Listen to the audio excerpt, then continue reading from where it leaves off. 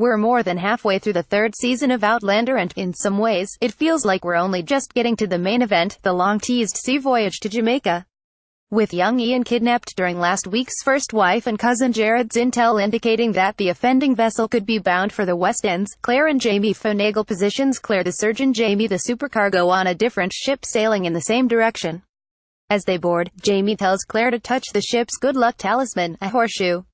"Women are bad luck on ships, Sassenach," he says.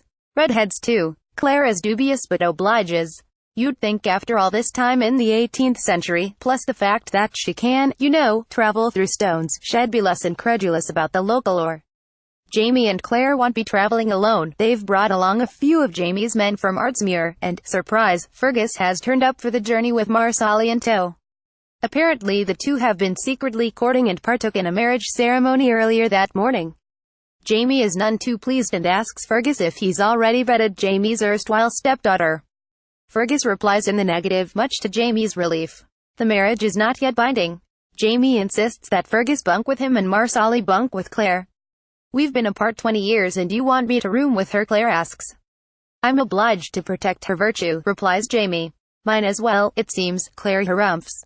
"If I were Claire, though, I wouldn't be too quick to jump into Jamie's ship bed, considering he gets horribly seasick." They're not on the ship for long before Jamie begins to heave. Claire, then, is left to dine alone with the ship's captain, who invited the both of them to sup. No matter, since it's Claire the captain wants to speak to anyway. He asks her to respect the ship's superstitions and in turn, he won't force her to make the journey to Jamaica bare-breasted.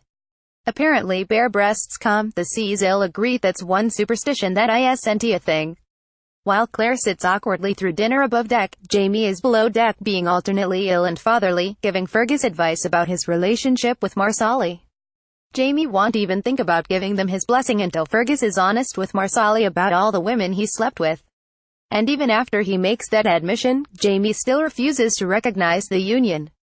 Recap continues on next page.